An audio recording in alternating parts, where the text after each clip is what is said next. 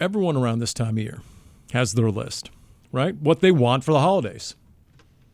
What if I went contrarian or maybe reverse engineer it? Could you have what you don't want for the holidays? Could I start that way on Cardinals Underground, brought to you by Pacific Office Automation, or is that confusing and confounding? Would there be a parade? Actually, you know what? On Thanksgiving, I got what I didn't want. I didn't go to the parade. You're right, Darren. That's a great example. Okay. We're out of the gates. Wouldn't that also, Teamwork. could you also argue you got what you wanted, which was to not go to the parade? You could, but I'm going to argue that we're overthinking that one. So not saying it's not accurate, but here's my point, and I really need to get to you have a point? Because actually I'm syncing within my own intro here. What was it? How many Purge movies were there? I don't know, like 8? 5. Wait, you're the one who knows. There were What 5. are they again, Paul? In fact, I just called it up here. Purge, Purge Anarchy, Purge Election Year, Darren, the first Purge and the Forever It's been Purge. a while since we've heard those. By the way, the 6th Purge movie is set to film in 2026. Set and to feel like film, you've been promising not even that come for a out. while. And they're gonna start shooting it, and Is that apparently going to be on Netflix only to streaming? they have a HBO. script, and it's going to have some sort of apocalypse theme to it, post-apocalypse. Wait. So Did they it's not gonna already? Be, They're going to have a script on a movie? I'm stunned. Stunned, I tell no, you. I'm saying the script has been determined, Okay. Oh, you should be an extra. and that is, you know what? I'll have time in the off season. I like that idea.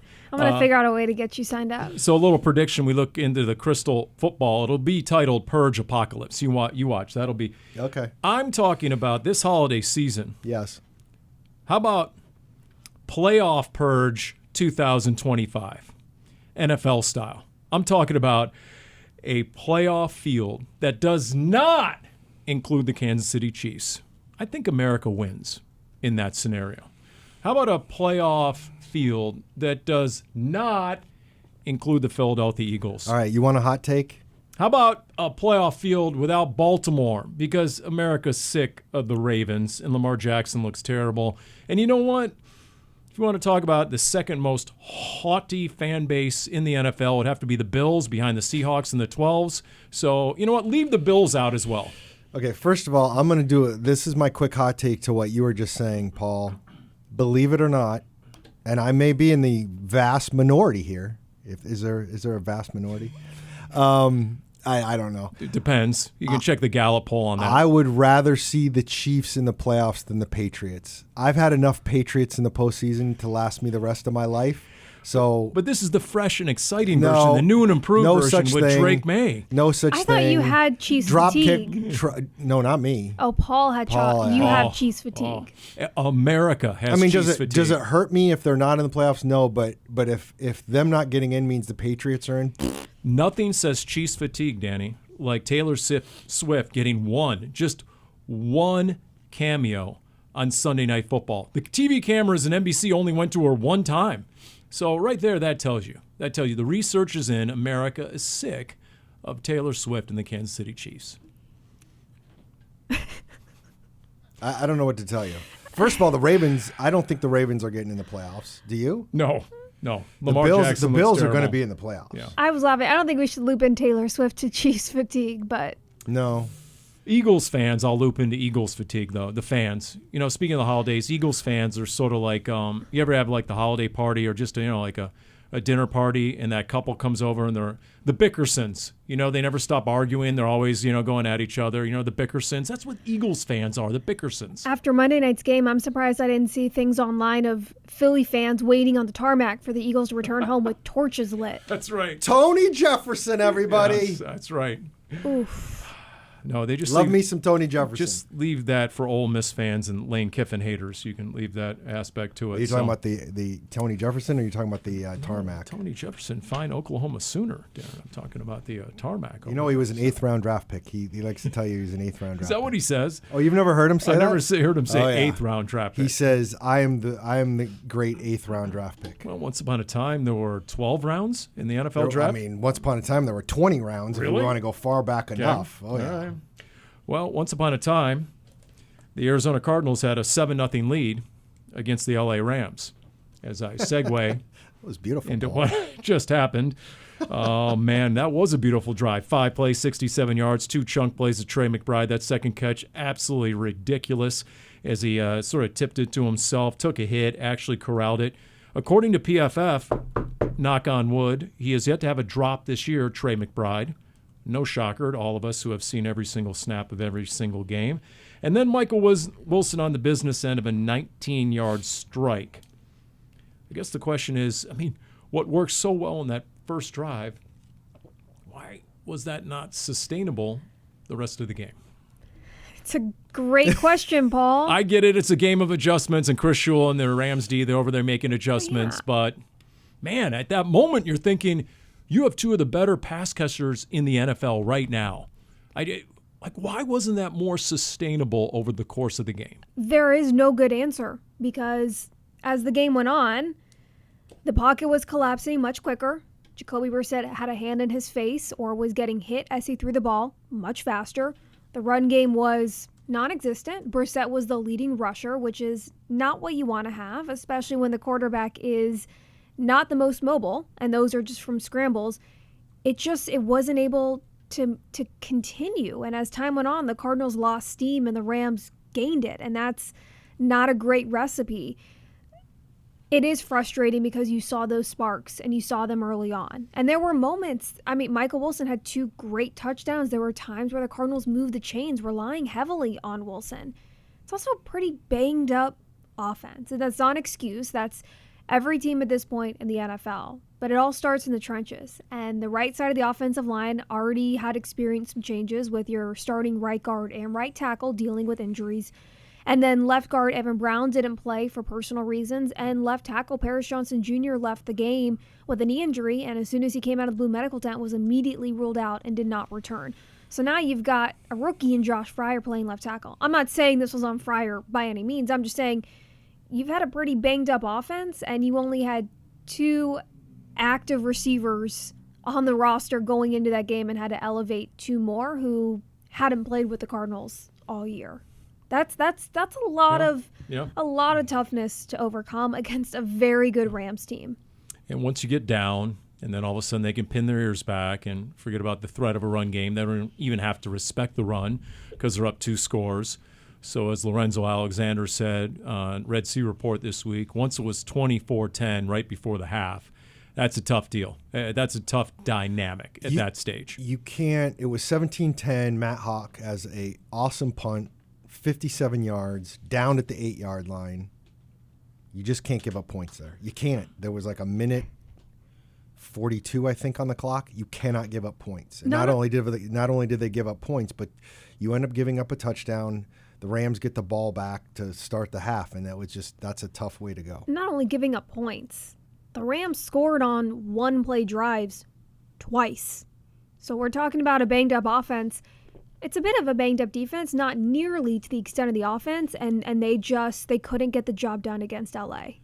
I will say, and I know we'll probably get to Michael Wilson at some point, but just in general, when I was thinking about that first drive, because of the touchdown, he was pretty open. Like, I feel like, not necessarily in this room, but like there was so much conversation over the last 2 years, or actually it was a year and a half before Wilson went on his hot streak here, where supposedly Michael Wilson never created any separation.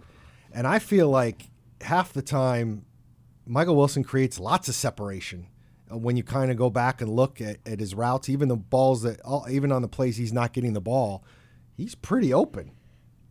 I will say to that, I think that the quarterback play does play a role in that to a certain extent. We've talked about the differences of Kyler Murray and Jacoby Brissett.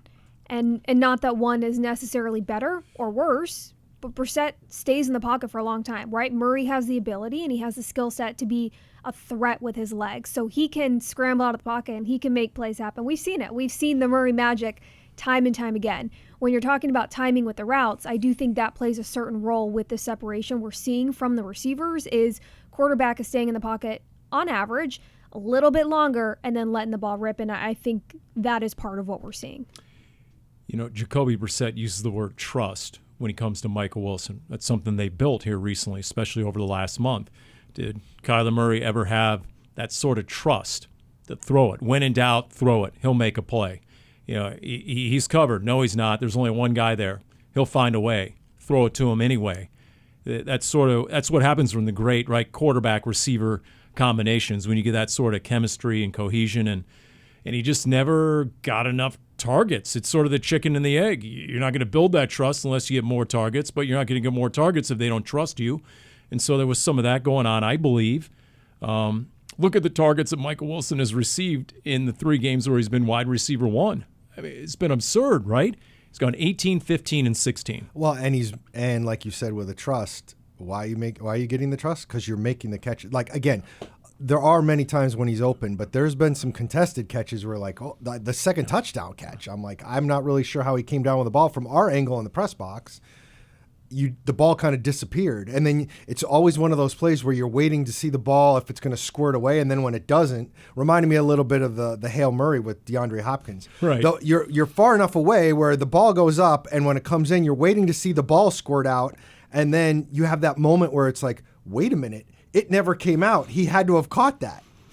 If you go back to the play call, which was epic and really well done by, very talented Dave Pasch, it was, does he have it? Does he have it? Because you're not seeing it anywhere. Yeah. So you're doing, sort of doing the power deduction, like, wait a minute.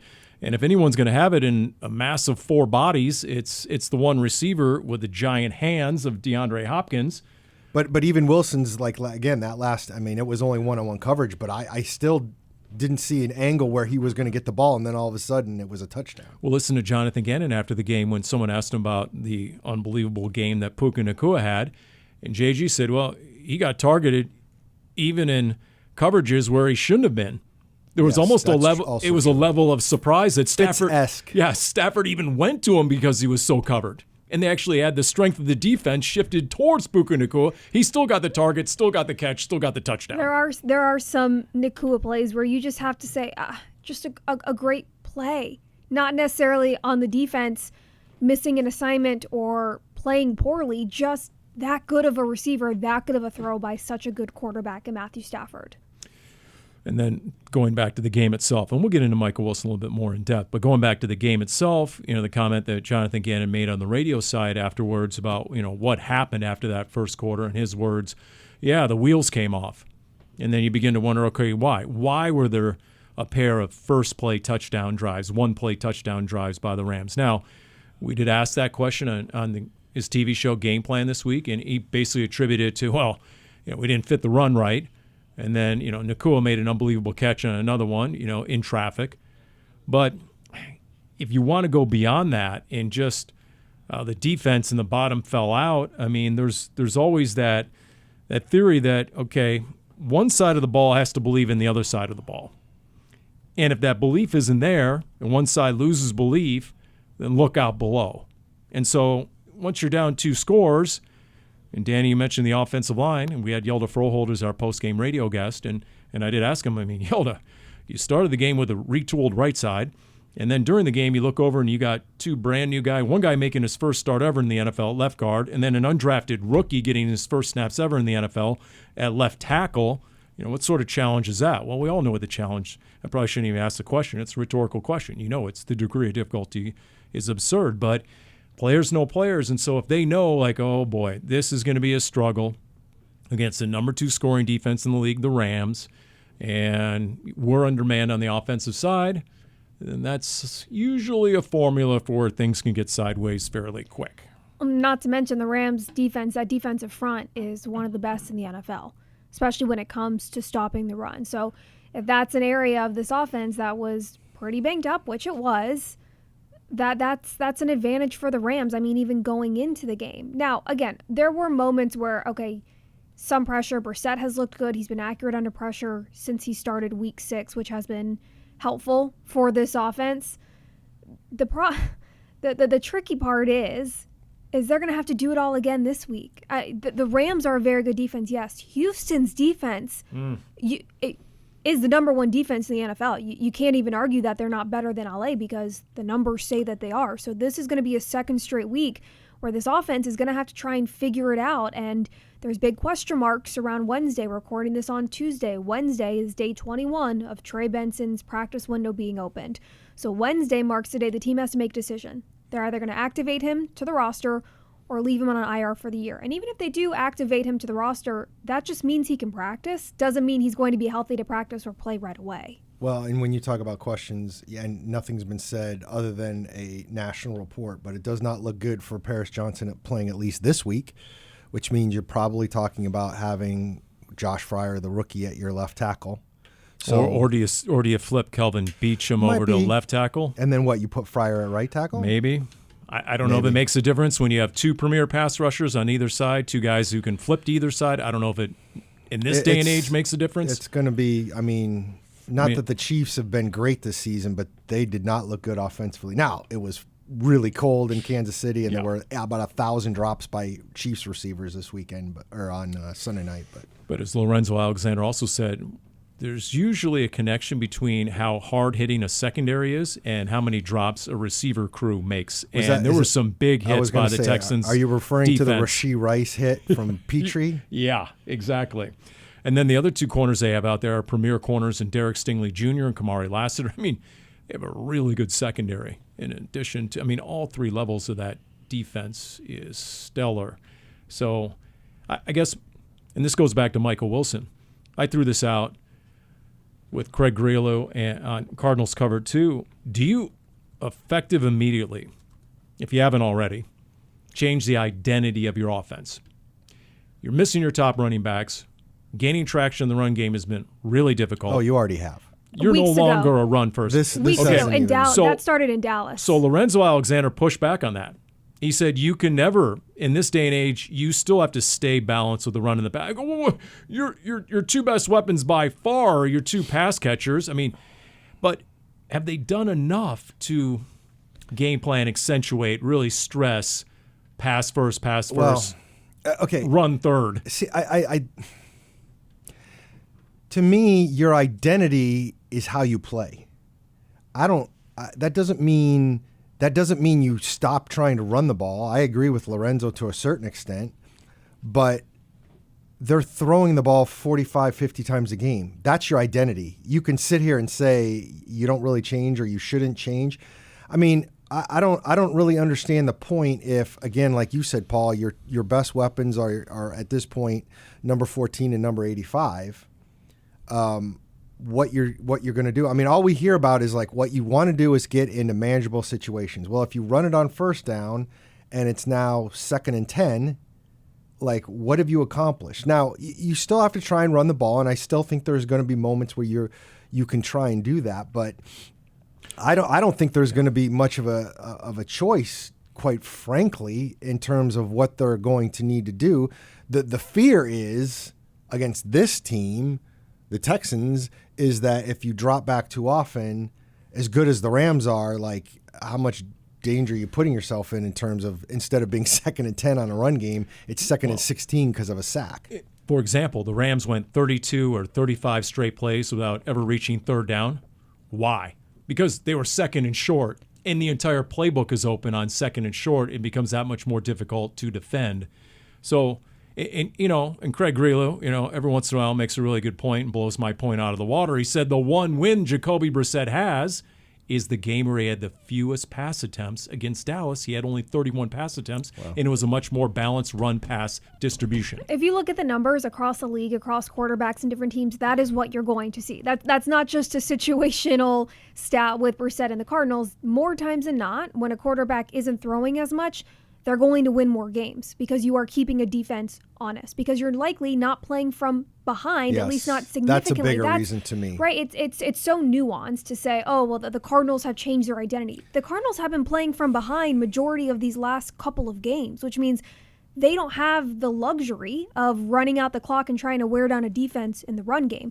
They're also on their 4th and 5th string running backs. And that's not a knock on who they have in the room, but the reality is, when the season started, when everyone was healthy, the goal was to have the same identity as last year of being a tough run-first team. And even if, the Cardinals are going to run the ball, they're going to be so good at it, they're still going to be effective with that.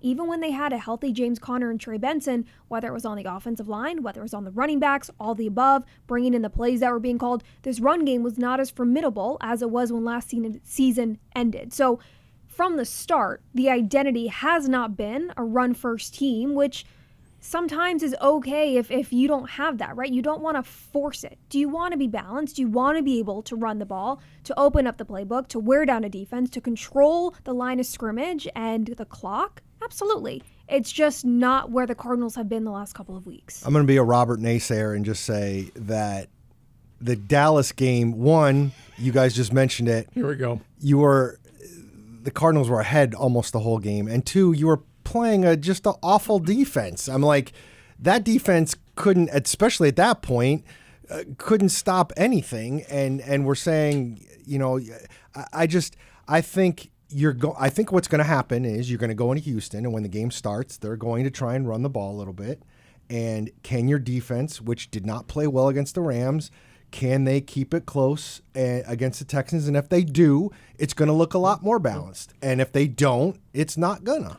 Well, this just in, the Texans offense ain't no Rams offense. C.J. Stroud ain't no Matthew Stafford. It's not the same challenge. It's not the same caliber of QB who's going to beat you with both his brain and his arm talent. They don't have – Nico Collins is great, but obviously the Rams have two of those premier wide receivers.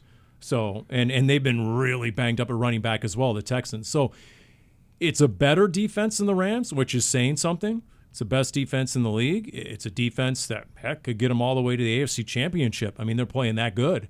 But the offense isn't nearly what the Cardinals just faced in the Rams and Sean McVay. No, there's no question about that. There's none. Hey, I just have to say this real quick, Paul, because I'm sure this is where you're headed. Yeah. I'm very excited for Getting Cultured this week because Dani talked it way up. I didn't talk it way up. And Zach Gershman had her back on that. So I just said I'm excited for it. That's not talking way up. I'm just saying. Calling her shot or not, we'll find out. Getting Cultured. Dani, we'll segue to you. Getting Cultured with Dani. It is not just directed at Paul. Am I the default uncultured Philistine around here? Yes. You got me very excited now. I am on social media and consume more pop culture than both of you combined. I think I'm being unfairly profiled, but go ahead. Let's go. Well, fellas, it seems we are poised to see Mike Tyson's butt on TV yet again. It can always get worse. It can always get better, Paul. Mike Tyson announced that he is going to fight Floyd Mayweather spring 2026 in Africa. No. Tyson will be almost 60 by that point, and it's an exhibition fight, which means Mayweather's 50-0 record will not be on the line. It's going to be 2 8-minute rounds between the two of them. Oh my goodness. Remember that time? Was the other one Netflix? was the other one an exhibition though? I don't know the answer. I just remember Paul complaining about seeing Mike Tyson's butt on his TV. The most famous saying around Mike Tyson was his old credo: everyone has a plan until they get punched in the face. This right? is true. If my plan is to watch that fight, I want you to punch me in the face. Also true. That's fair. I mean, didn't we all learn our lesson? How does Warner Brothers feel about this? I mean, or HBO? the only moment that wasn't buffering was when we got his wrinkled, naked rear end. I mean, it was so awful. The whole experience was so bad. I mean, and then they got out there. Can I ask you something?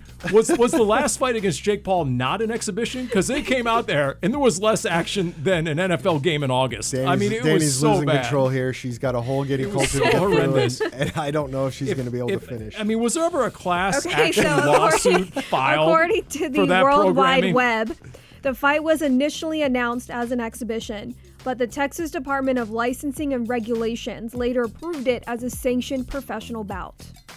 Okay, that's good to know. What I don't want to know is how much each fighter, and I'm using that term loosely, how much they profited. I don't want to know how much Jake Paul and Mike Tyson made off that No, you do debacle. not. That was just... Oh, see, wasn't that a great way to start? Came off big time there. More bad news looms. The Louvre troubles continue. No. And this has nothing to do with the heist from Oh, a couple no. weeks ago. There was a water leak that has damaged 300 to 400 books, journals, documents. Come on. Now, here's the good news. The deputy administrator said that there were no heritage artifacts damaged. They were, quote, extremely useful, but by no means unique. I'm just going to say, as somebody who just got some plumbing done by Emergency Air and Heating, by the way, Hey. that just fixing a shower is like a couple grand. So I can only imagine what the Louvre is getting charged. I don't know who's doing it. I don't know if it's emergency air heating or somebody else. They've gone international. I'm not sure. I don't know if Leo would be making that trek out to Paris. Let me just say this. The NFL has Black Monday. On Black Monday, there's going to be a number of NFL head coaches. Whoever's coaching the Louvre right now should be fired. All right? Whoever's actually managing Not their fault, they Paul. should be fired because there's too much dysfunction going on in Who was Paris. going to guess that their password to their security footage was password? Come on. Come on. Or that it was written on a Post-it note right on the screens, right on the screensaver. This is a good one. Phillip Rivers is returning to the NFL. Colts quarterback Daniel Jones was playing with a broken leg. Unfortunately, had an Achilles injury Sunday, done for the year. Their backup, Riley Leonard, has a knee injury. So it's Phillip Rivers to the rescue, who was with the Colts in 2020. And now that high school football is done and Rivers is no longer coaching his son's team, he's available. In fact, I did see online that supposedly Rivers was using the same offense for that high school team as the Colts with Shane Steichen, which is interesting. The 44-year-old is currently a semifinalist for the Hall of Fame, which means if he plays a game, that will reset his minimum 5 years. If he gets on the roster, which I would assume he won't be on the roster unless he plays a game. But yes, if just the practice squad, he sticks around. Right, but if he plays a game, that 5 years restarts. And if he doesn't, to play 3 games? If he it's doesn't, kind of crazy. I mean, there's a good chance that in Canton, Ohio this summer, he could be standing there next to Drew Brees and Larry Fitzgerald, right? I don't know if I would say good chance just because of how tough it is to get in, and there's a couple other guys. But yeah, I mean, it's not. Well, if he resets, I mean, he's really pushing it back. But if you believe you can come back and play and grandfather your way into the playoffs, which by the way, I have to say, after this news came out, Matt Castle, the former backup quarterback, former neighbor of Monty Ossenfort in Nashville, by the way. That's good knowledge. I didn't know that. He quote tweeted the report of Rivers coming back and said, "Chris Ballard, give me a shout.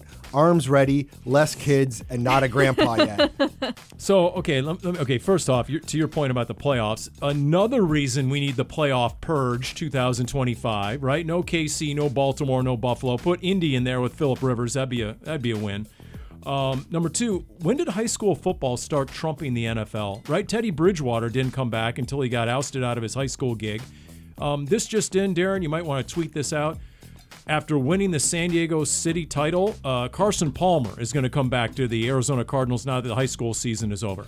I do not believe that's going to happen. I'm going to recommend you don't tweet that out. I will say this. All right, I made that up. Carson, great coach. We talked about this before, though, because somebody else in the mailbag brought up again Kurt Warner coming back to be the OC of the Cardinals. And I'm like, do you not understand that coaching in high school is so much less time?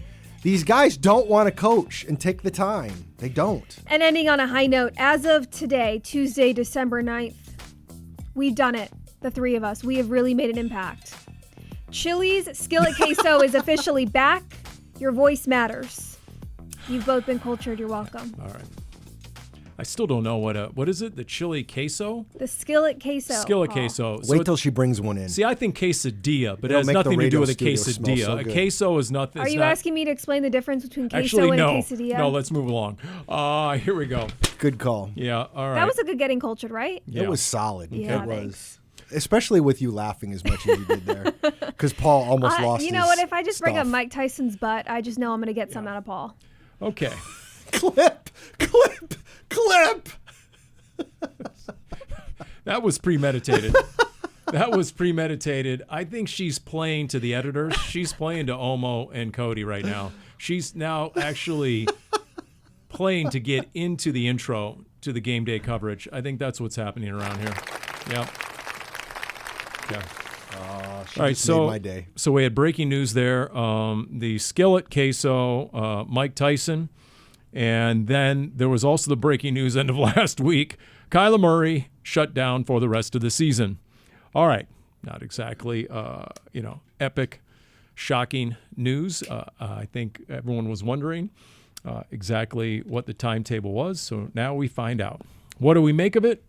Where does this leave the Cardinals? The QB question will be the question of the offseason. There's no doubt about it. Darren, you've been through this before. Yeah, I mean, what says you? This is going to be a unique situation of what happens, and I look, we don't know what's going to happen yet, And I know a lot of people assume what's going to happen. I do think there's still some moving parts here. But I'm going to say this. I've seen so much argument because I'm terminally online about this on both sides. And to me, the answer is somewhere in the middle. It might be on one side or the other, but it's not out here. And the number of people that want to like completely trash one quarterback in defense of the other is kind of mind-boggling to me. I get the pros and the cons of both of them, but I don't understand why you have to like throw one dude to the side to praise the other one. And I mean, couldn't you argue the win-loss record is almost identical with each starting quarterback this year? This year. I mean, but see, that's the thing is like there are going to be people that want to bring in, and I don't think this is necessarily wrong. There is a history. I mean, to me, you can't just punt the resume. You can't. Like, I understand if you want to deal in the now with when you're talking about Kyler Murray, but like to sit here and say that he's never been successful at any point or for at times is just wrong. And to sit there and say Jacoby Brissett has failed because they're one in whatever in his starts is wrong. But again, there are arguments to be made both sides. I think ultimately, to me, the big thing is what the timetable looks like in the offseason, how long this gets together, what kind of conversations, whether there's going to be national reports over what's going to happen, and we all been around it. I mean, there'll eventually be something like that. But I do think this. I do think we are a ways away from knowing exactly what's going on, and I got plenty of offseason where I got to talk about stuff. I don't need to get into this right this second because nothing's going to be decided for weeks. When we are talking in the moment, something I haven't seen a lot with the discourse when people are only talking about the pros of one quarterback and completely trashing another is there's a lack of nuance of the fact that Kyler Murray is hurt. He has a foot injury. And when he was on IR and he was getting close to the end of the 4 weeks, and suddenly the narrative became that the way the Cardinals are handling things with Murray is so unfair and Murray's a better quarter, and all this stuff just kind of snowballed as if both quarterbacks were healthy and the head coach or their GM had sat down and said, we're going to start this quarterback and this that isn't even the reality. Is the fact of the matter is Murray's done for the year. He's got a foot injury. Now, you want to have a discourse and you want to look big picture as we inch closer towards the offseason, that's fine. But when you're talking about the here and now, when you're choosing to trash a quarterback one way or the other, you have to have nuance of the situation and understanding Murray is hurt. Like the reality is even if he's the better quarterback, whatever it might be, he's not able to play. And that shouldn't be a reason why people are trashing Jacoby Brissett when Murray's not even healthy enough to be on the field. I mean, maybe it's because we're playing the Houston Texans. Cardinals are playing the Texans this week. But you look at like what the Texans did to the Chiefs offense with the great Patrick Mahomes, who in 9 years as starting quarterback has 9 division titles. But when he doesn't have an offensive line, which was missing 3 starters, when he doesn't have a run game, when he has receivers dropping footballs all over the place, look at Mahomes, who had 0 touchdown passes, 3 picks. He had a QB rating of 18 in that game against Houston. So when Kyler Murray has had a top 5, top 10 run game, 2021, first half of 21, guess what? MVP talks. Even last year going into the bye, they had the number 2 ranked run game in terms of yards per carry. They were 6-4. So, well, to your point, it's not that black, right? It's no, not right. I was going to just add on to what you're just saying, Paul. Like, not only did Kyler not really have that before he got hurt, but Jacoby's never had it either. Correct. So both these guys are dealing with that issue. Look, I will say this, and you've said this before very clearly, Paul. There are a lot of things that have to get figured out in the offseason. The quarterback is going to be the top story and the sexy story, absolutely, and I understand that. And it's important. It is the most important question, but it's not the only question. You know, we had this conversation on the pregame show, Pash and AQ Shipley come into the booth, and I made the following point. The Bears are winning a lot of games this year with a young, athletic, inconsistent / erratic quarterback in Caleb Williams. Panthers have turned it around. They're above 500. They're doing it with a very inconsistent, 5'10", more athletic quarterback than traditional quarterback. And what's the common denominator in those two turnarounds? And AQ, finish my sentence. The offensive line. He's so biased. And then he went into unnecessary detail, breaking down every single member of both offensive lines. Detail. I'm like, okay, enough with the flex on the offensive line knowledge, AQ. We get it. The point is that they built from the inside out, and they fixed the offensive line. Ben Johnson came in, and they invested heavily. They got Joe Tooney in there. They have a number 9 pick overall at right tackle. See, this is where I need AQ because I forget the guy's name. And they rebuilt that thing, just like the Panthers put a lot of money into both sides of the O-line around a franchise center. And so it is amazing that even when you can get inconsistent play at quarterback, it still can be a winning formula if you're winning from the inside out in the trenches. And that's my point on Mahomes. Even when you have the great Hall of Famer, even if he doesn't have an offensive line and or a run game, and then receivers are dropping footballs, it's amazing how pedestrian you can look. Long story short, it's not black and white. It's not on one person or one player. And there's a lot of nuance to this discussion. Speaking of what the Chiefs looked like against the Texans, especially on offense, I'm about to assume that role. Yes, time for Wise Guy. It's time for The Wise Guy, the world's fastest growing Cardinals quiz show. The stakes are low, the winner gets absolutely nothing. Here's your hostess with the mostest, Dani Sureck. Welcome in, everybody. Darren?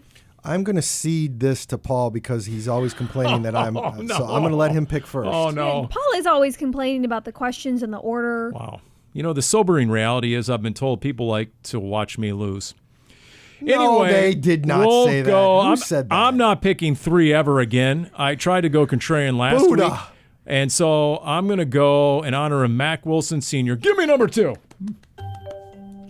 This American rock band, formed in Houston in 1969, Here we go. released albums like Eliminator, Afterburner, and Recycler.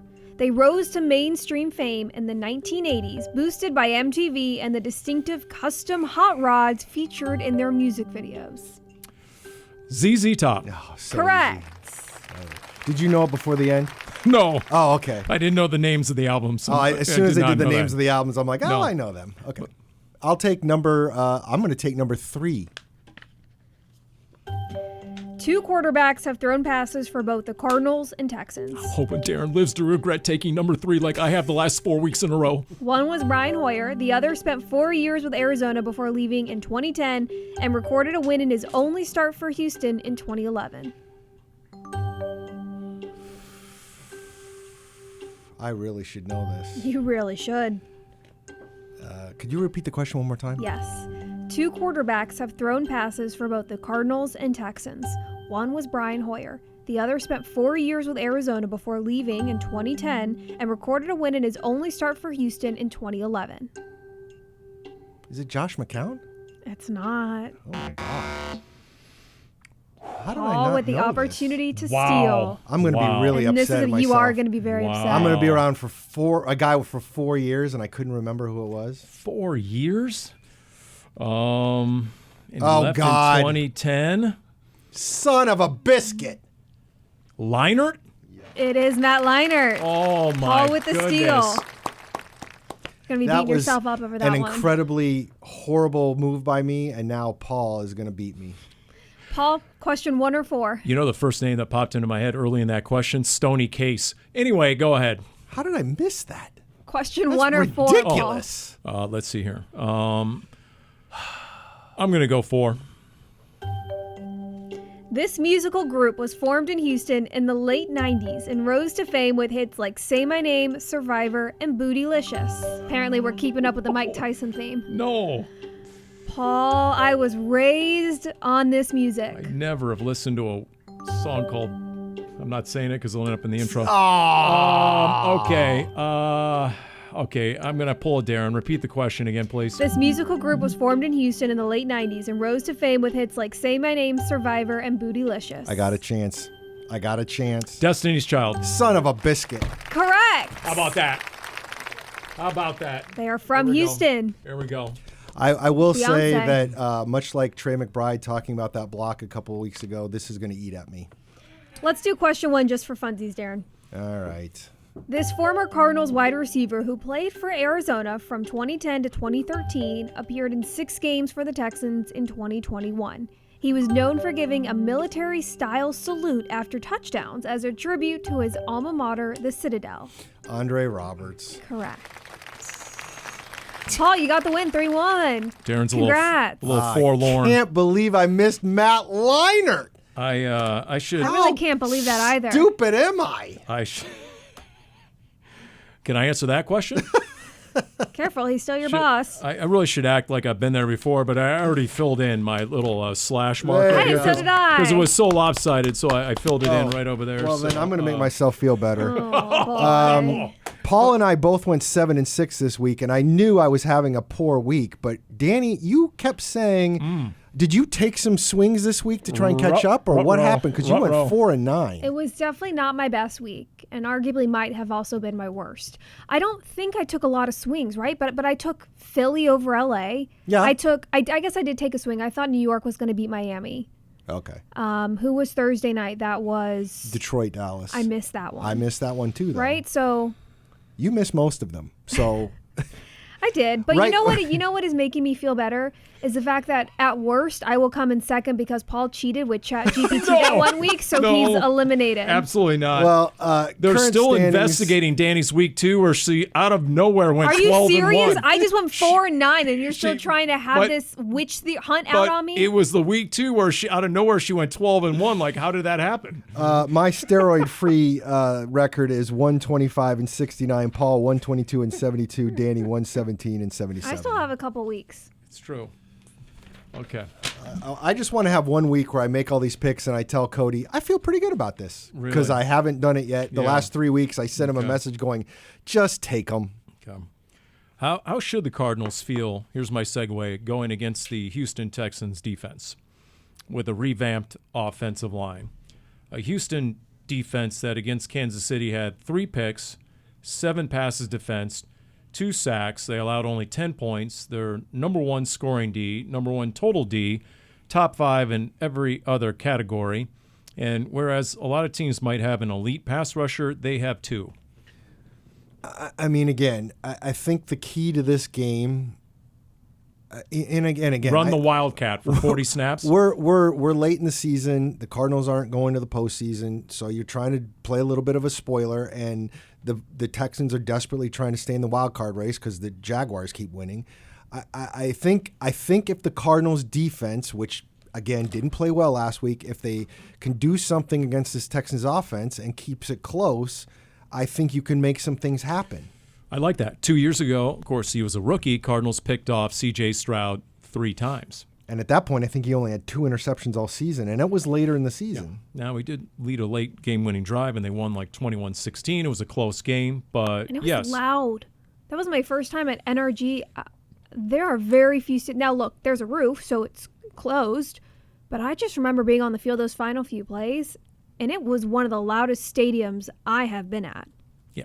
Doesn't AQ Shipley, going back to AQ, doesn't he say it's one of the underrated road venues He does. in the league? You mean just In terms of the degree of difficulty, And the how loud it environment gets that in you're there, playing and in. you know, and to your point, Dani, they're 8-5. They won 5 in a row. They started 0-3. They're trying to become the 5th team ever since 1990 to start 0-3 and make the playoffs. So, you know, everything's bigger in Texas, including the bandwagon when they're getting behind the Texans. Now, I'm not going to deny it. I do think the Texans are in the bottom 3 in the league in terms of uniforms and all that stuff. That's just my personal feeling.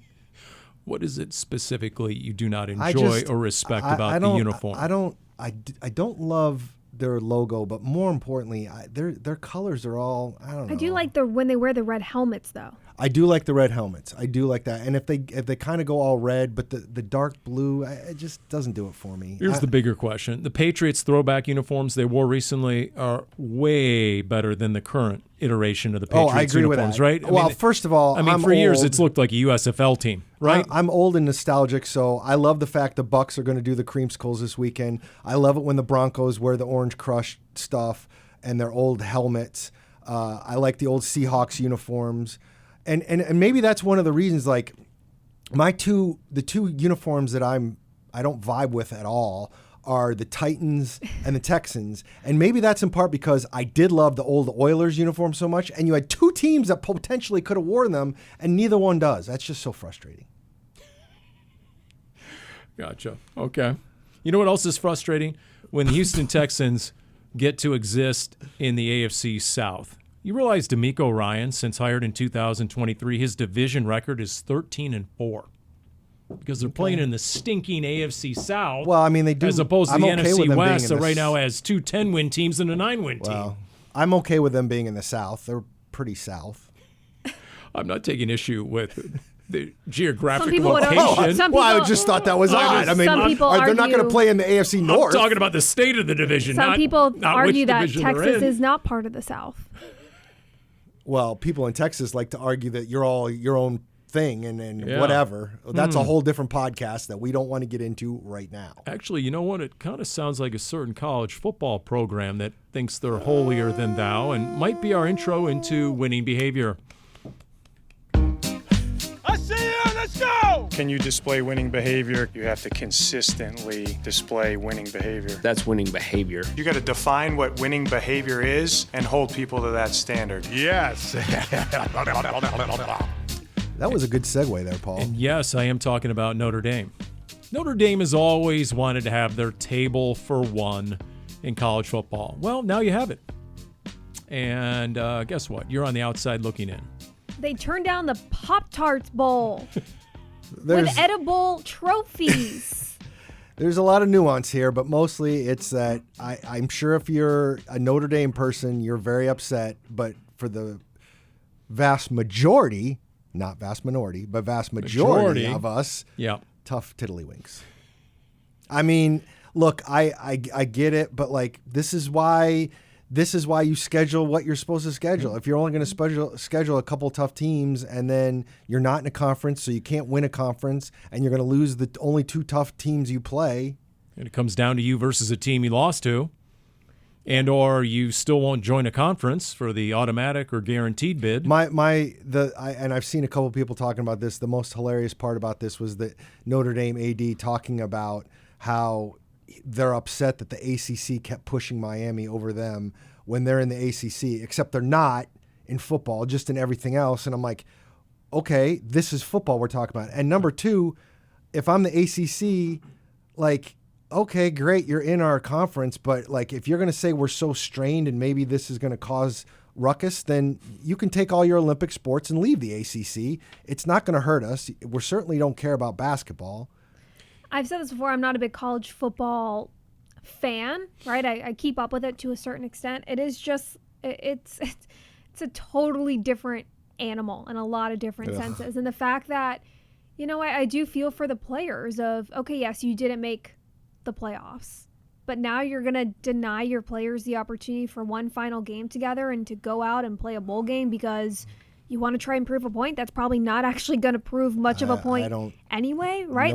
The games are going to start and nobody's going to remember Notre Dame anyway. So right, Lane Kiffin, right, leaving the players quote unquote high and dry of the first opportunity you have to leave for more money, right? What kind of disservice are you doing maybe to your players, your student athletes? And feels like Notre Dame is kind of doing the same thing. Did you see the Kenny Dillingham quote, the ASU head coach, the quote on the state of college football? I did. And it's right on. This is winning behavior. It's a short quote. Here it is. We've created a mess. The whole industry, meaning college football, is a mess. The only thing that's not a mess is the dollar signs. Those are still pointing up. End quote, Kenny Dillingham on college football. It reminds me, way back when I used to take a few business classes and they would have case studies on really successful companies. Yeah. And the founder of the company said, I made every mistake there was. Every mistake. But it was such a good idea such a good business idea. It succeeded in spite of Too my big ineptitude. to fail, Paul. And so that's what college football is. America loves football. They're going to love college football. They love their alma maters and everything else about it, the pageantry, the tradition. Even if they're screwing it up to the most royal degree, people still watch. Did that quote have anything to do with his quarterback who reportedly did not show up to the banquet? Yeah, well, that's No. Yeah. No, and I will say Kenny Dillingham had another quote basically saying, make no mistake, the college football has been messed up by adults. It's not the kids, it's the adults. And I think he was talking about the Levitt stuff, but and he's not wrong, but this is where we are. I got to do a quick side off script real quick. I forgot about this to put this down. Did you guys see the NBA highlight of Desmond Bain and OG Anunoby?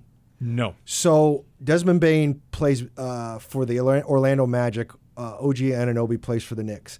They're coming down on a fast break.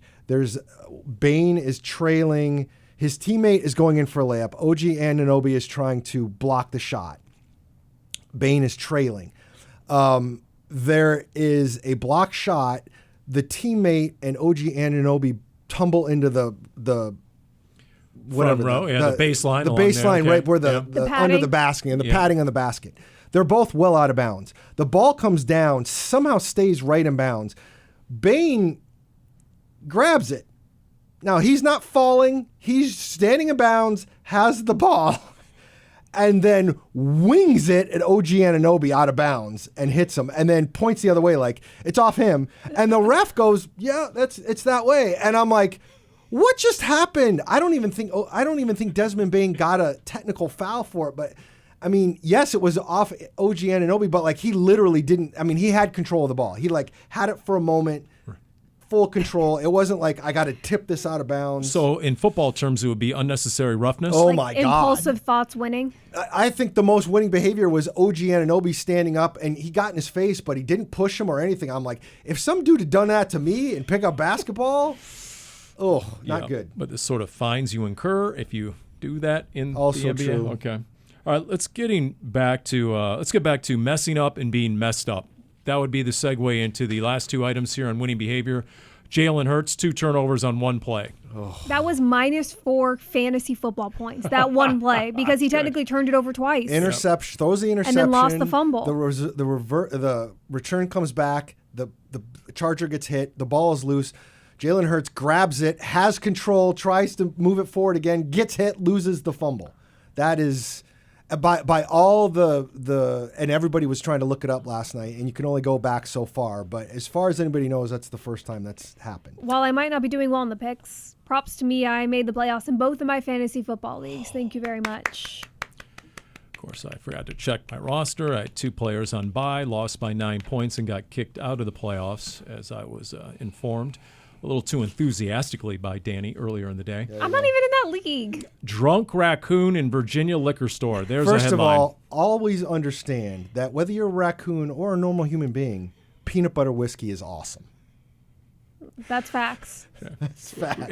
If it's yes, so I saw awesome, this. why did the raccoon end up passed out I in a saw this. bathroom? Because he also drank rum and moonshine. I see. In Virginia, a raccoon broke into a liquor store and broke some bottles. So he Keep was him away from the consuming Louvre. rum and moonshine and peanut butter whiskey and vodka and eggnog. So he really got a nice Oh. mixture in his belly. Then the staff found him passed out in the bathroom. At least he got to the bathroom. Which, who can How say many that people hasn't don't even happened get to to the them? bathroom before they pass out? That's happened to the best of us. We should bring Wolf in for this. If anybody knows about an eggnog bender, it's Ron Wolfley. We need to get Wolf in here on this. That sounds like a story I need So to winning hear. behavior, assuming the raccoon lived. Pro Bowl voting. So Paris Johnson Jr. is winning. Paris Johnson went from 7th in the first report all the way to 1st, and this is the last report because voting is over on the 15th. So please get out and vote on NFL.com or azcardinals.com. The cause and effect, by the way, was his appearance with Dani on Sideline Exchange. Obviously. I think yeah, so. Yeah, it goes on. Now, I hope the knee injury doesn't keep him from anything because I think if you're hurt, you can't be in the Pro Bowl or something like that. So we'll see how that knee injury goes. But props to him. Trey McBride did drop from first to second behind did. Travis Kelce. Kelsey, oh, That's come just on. weak. That's just Those weak. Swifties. Calais dropped a little bit from 5th to 7th. Josh Sweat went from 5th to 3rd in outside linebackers. Okay. So we'll see, but make sure you get out and vote as we get to the home stretch. And the voting's in for the Walter Payton Man of the Year. Yes, Kelvin Beachum. Yep. Who won in 2021 for this team, won in 2018 when he was with the Jets.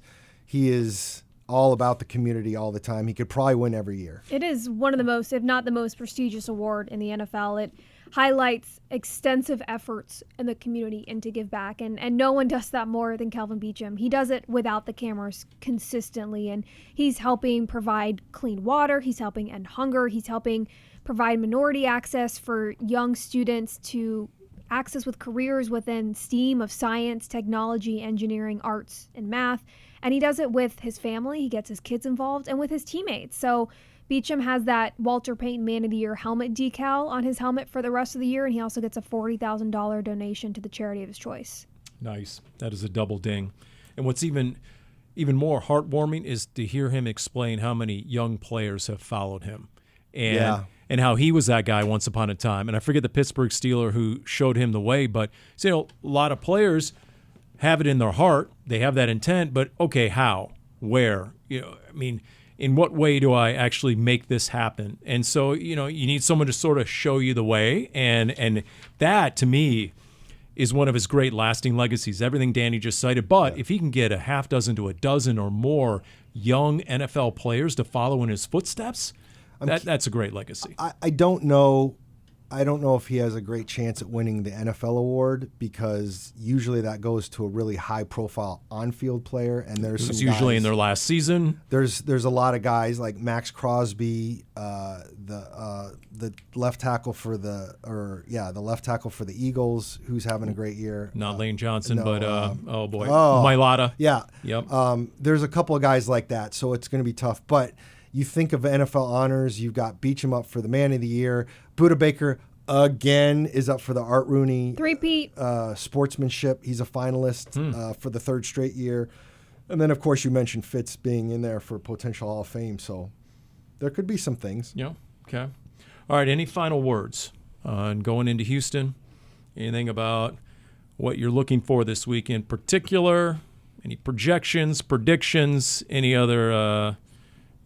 I think I might get a voodoo donut in the press room. I think, if I recall correctly, Houston has some of the best press That was food a big layout. surprise for me. The last time we went, that was my first time there. They're that really was a good. really nice press box spread. Which, that's the give and take, because I also think, and it's proper since NASA is in Houston, because I do think the press box level is near the moon. It's pretty close. Paul is just a little dot by the time we get up is there really to see him high down up on there. their field. If you want to see me, just look for me standing next to linemen. Binoculars That's your will only come in chance. handy for sure. That's the man. I forget the year, but one year, and it was a while ago, we did actually go to the Space Center that's located in the Houston area, and we were in the actual control room for the moon landing in 1969, and that's cool. That was really cool. That was a photo op and a half, no doubt about that. So, okay. All right. Well, once again, playoff purge 2025. I made my intentions known. I'm trying to speak it into existence. No KC. I'll talk to your wife, see if we can stuff that in your stocking. No Philly, no Baltimore, no Buffalo. And also to get you the full-on Netflix pass for the boxing match. Right. Or at least the once pre-boxing again, match, which I know is what you're looking for. Everyone has a plan until they get punched in the face. So if my plan is to watch Tyson fight ever again, you have full reign and authority. You're encouraged to punch me straight in the... That'll do it for Cardinals Underground, brought to you by Pacific Office Automation.